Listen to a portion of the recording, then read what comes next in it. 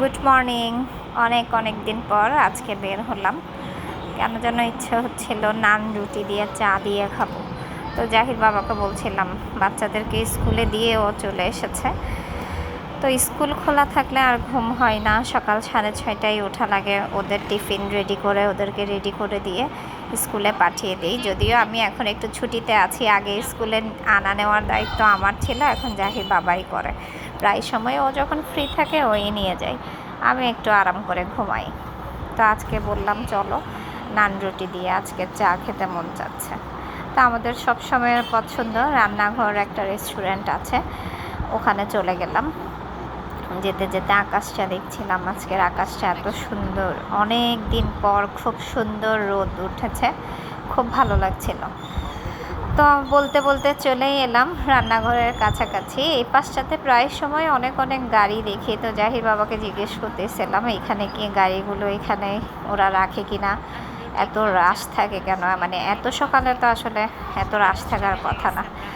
তো আমরা চলে আসলাম রান্নাঘর রেস্টুরেন্টে। জানি না আমরা ওখানে যেতে যেতে 10:30 বেজে গেছে। এই সময়টাতে নান রুটি পাবো কি না বুঝতে পারছিলাম না, কারণ ওদের এত সকাল পর্যন্ত রুটিটা আসলে থাকে না। তারপর এখানে খুব সুন্দর করে লেখা ছিল যেন মায়ের হাতের রান্না, মানে রান্নাঘরের নামটাই আসলে অনেক সুন্দর। তো আমি ওয়েট করছি, ওনাদেরকে ডাকলাম, ডেকে জিজ্ঞেস করলাম যে নান রুটি হবে কি না। বললো হবে। আমি তো মহা খুশি।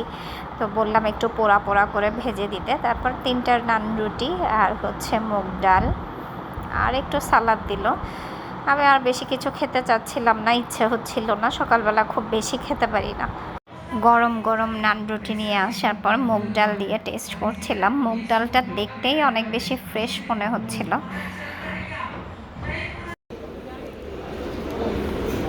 রুটির এই মচমচা অংশটা চা দিয়ে খেতে যে কি মজা!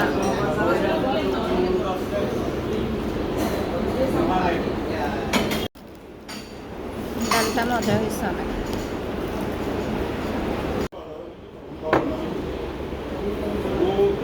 আলহামদুলিল্লাহ অনেক মজা করে সকালের নাস্তাটা করলাম। তারপরে এখানে দেখলাম চাল ভাজা ছিল, ধনিয়া ভাজা, তারপর জিরা ভাজা খেলাম। খেয়ে খাওয়া দাওয়া শেষ করে বিল দিয়ে আমরা চলে আসছিলাম। তারপর চারপাশটা দেখছিলাম যে আমাদের সাথে সাথে আরও অনেকেই ততক্ষণে নাস্তা করতে চলে আসছে। তারপর পাশে লেয়ার্স ছিল, তো আমি বললাম চলো জাহির জন্য এখান থেকে কিছু কিনে নিই। লেয়ার্স আমাদের অনেক পছন্দের একটা মানে ফুড কোর্ট বলা যায়। এখান থেকে আমরা প্রায় সময় খাবার নিই, ওদের খাবারগুলো অনেক বেশি ফ্রেশ থাকে। কক্সবাজারে এটা আমাদের অনেক পছন্দের একটা খাবারের শপ। তো এখান থেকে আমরা জানের সবচেয়ে পছন্দ হচ্ছে এই মেরিন স্যান্ডউইচটা, ও প্রায় সবসময়ই এটা খাই। তারপর বেশ কিছু কেনাকাটা করলাম। অনেক দিন ধরেই কোনো প্রোগ্রাম হলে আমরা সবসময় ওদের কেকগুলো নিতাম আগে। তো এখন একটু বাসা থেকে দোকানটা দূরে হয়ে যাওয়াতে একটু কম আসা হয়। কিনতে কিনতে দেখলাম পাশেই একটা মহিলা, মানে চাচি, উনি বলছিল যে ওনার অনেক খিদে পেয়েছে। তো জিজ্ঞেস করলাম চাচি আপনি কি খাবেন? বললো আপনার যা মন চাই কিনে দেন। তারপর ওনাকে অল্প একটু নাস্তা কিনে দিলাম, অনেক খুশি হলো আলহামদুলিল্লাহ। তারপর আবার চলে গেলাম স্কুলের দিকে।